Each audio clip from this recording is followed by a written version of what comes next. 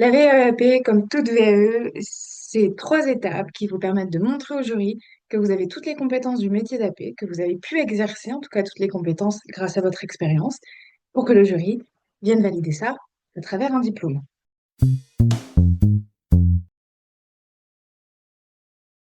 Quelles sont les grandes étapes de la VAEP? D'abord le dépôt d'un livret 1 ou faisabilité pour montrer que dans votre expérience, vous avez eu l'opportunité de valider les compétences du DEAP. Ensuite, vous allez pouvoir rédiger votre livre d'expérience pour montrer au jury cette fois-ci les réelles compétences que vous avez développées, et vous serez convoqué à un jury pour défendre tout ce que vous savez, vos valeurs, vos compétences, et aussi vos apports théoriques et vos connaissances.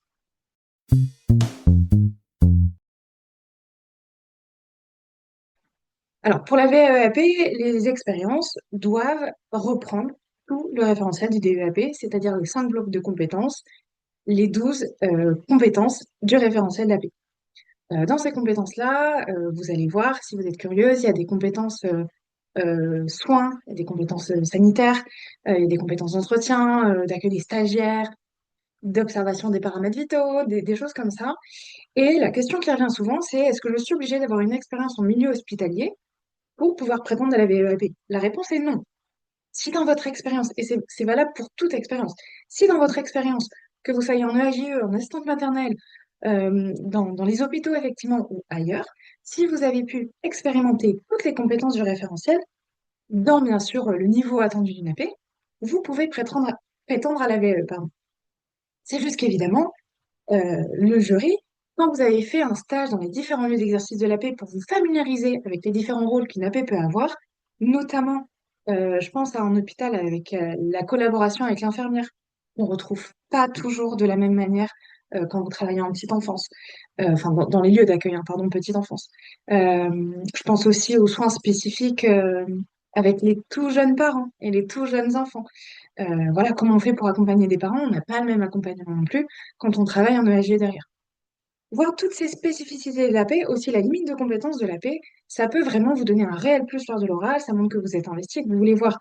Donc oui, il est fortement conseillé, pardon, pendant votre parcours, d'aller voir ce qui s'y passe, ne serait-ce qu'un jour. C'est déjà ça. Si vous pouvez faire plus, allez-y, prenez. Mais un jour, ça peut être chouette. Mais c'est pas une obligation pour passer la VAE AP.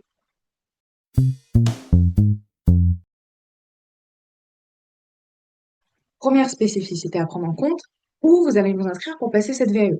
Si vous travaillez dans le privé, vous pouvez vous inscrire sur France VAE. Vous y ferez votre faisabilité, vous aurez une recevabilité, puis votre livret 2, et enfin, vous serez convoqué à l'oral. Si vous travaillez dans le public, il faudra faire les mêmes étapes, mais via l'ASP cette fois-ci. Donc pareil, on s'inscrit, vous déposez le livret 1, vous déposez le livret 2, et vous serez convoqué à la prochaine session d'oral. Deuxième spécificité à prendre en compte, et ça c'est pour tous les candidats. Pour l'obtention du DEAP, vous avez un autre diplôme qui est obligatoire, c'est l'AFGSU de niveau 2. Ça veut dire l'attestation de formation des gestes de soins et d'urgence, c'est ça, de niveau 2, qui est obligatoire pour avoir la délivrance du diplôme. Attention, petite spécificité quand même, selon les régions, il est recommandé, ça c'est sûr, de l'avoir le jour de l'oral et même de l'insérer dans votre livret 2 directement. Comme ça, vous nous dites au jury, bah je l'ai, voilà, même dans vos pièces jointes. Par contre, il y a certaines régions qui acceptent quand même, si vous n'avez pas encore eu le temps de le passer, de vous faire passer l'oral, de valider les compétences qu'il y a à valider, et de vous dire, bah voilà, on vous délivrera le diplôme si vous avez validé vos compétences quand vous nous aurez donné la VGSU. Ça, c'est possible aussi. Mais c'est pas toutes les régions. Donc vraiment, n'hésitez pas à appeler l'ASP ou appeler l'adresse de votre région qui saura vous renseigner si c'est obligatoire ou non pour le passage oral. Dernière chose à savoir quand même, la FGSU, c'est un sacré coût. Voilà, on est autour des 400, 500 euros selon les organismes. Il faudra le passer avec un organisme de votre région, hein, c'est complètement indépendant de la VAE, c'est vraiment un diplôme à part à passer.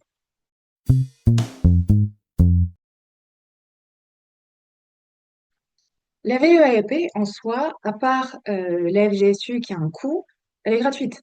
Voilà, vous faites votre livret 1 ou faisabilité, vous faites ensuite votre livret 2 ou livret d'expérience, et vous serez convoqué à l'oral. Vous pouvez tout à fait le faire seul, complètement gratuit. Deuxième option, vous faire accompagner par un organisme spécialisé qui vous accompagnera individuellement pour vous voir en visio et faire des corrections de vos écrits, vous guider pas à pas dans la méthodologie et vous préparer à l'oral. Ça a un coût assez conséquent, mais bien souvent, comme ces organismes sont certifiés Qualiopi, vous pouvez le financer avec votre CPF. Vous pouvez aussi avoir des financements OPCO, des financements de votre employeur, de votre mairie. Selon votre statut, il y a des financements qui peuvent exister selon là où vous travaillez. Également, des fois, auprès de France Travail. Enfin, renseignez-vous, il y a plusieurs financements qui sont possibles. Si vous avez des questions et que vous souhaitez ce type d'accompagnement, vous pouvez bien sûr me contacter, on peut en parler. Et bien sûr, la troisième option que je propose avec du coup Camanet, c'est de dire, ben, j'ai pas assez de financement ou en tout cas pas les ressources personnelles suffisantes pour me avoir un accompagnement individuel sur plusieurs heures, etc. Mais j'ai en même temps besoin de cadre et de méthodologie pour faire la VAE. J'ai pas envie d'être 100% seule. Dans ces cas-là, Camanet propose des ressources où vous avez la méthodologie de l'écrit, activité par activité, compétence par compétence. Vous avez des vidéos explicatives pour vous guider, des mini-quiz aussi, des mini-jeux, des préparations à l'oral aussi avec des questions type, des aides aussi pour vous aider à choisir vos situations de travail. Ce sera juste par individuel. C'est pour ça que oui, le prix est moins cher, mais du coup, vous n'aurez pas de correction individuelle, sauf si vous venez en parler avec nous. Bref, trois options possibles. Le faire complètement seul, le faire avec un guide méthodologique décrit sans correction individuelle avec les ressources Camanet, et le faire en accompagnement complet avec un centre spécialisé dedans, si vous avez suffisamment de financement.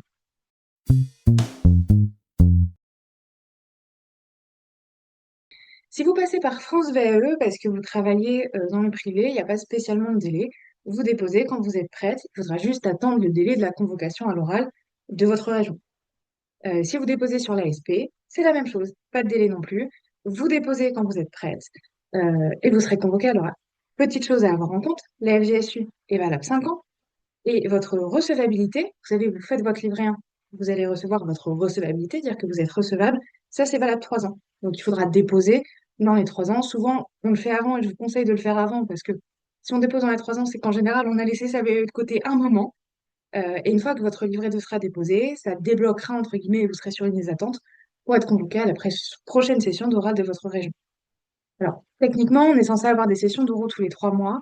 Dans la réalité, voilà, on a plus ou moins de jurys selon les régions et du coup plus ou moins de délais d'attente. Une fois que vous avez déposé, n'hésitez pas à aller voir le site de la DRIT de votre région. Des fois, les dates d'oral sont déjà publiées, les prochaines. Si c'est pas le cas, vous pouvez les appeler ou aussi appeler l'ASP.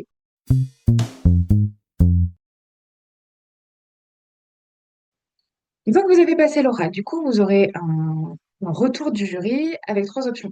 Validation totale, validation partielle avec des compétences, plutôt des blocs de compétences pour le DEAP qui sont validés ou non, ou validation nulle. Dans tous les cas, vous pouvez redéposer votre livret de directement et le retenter.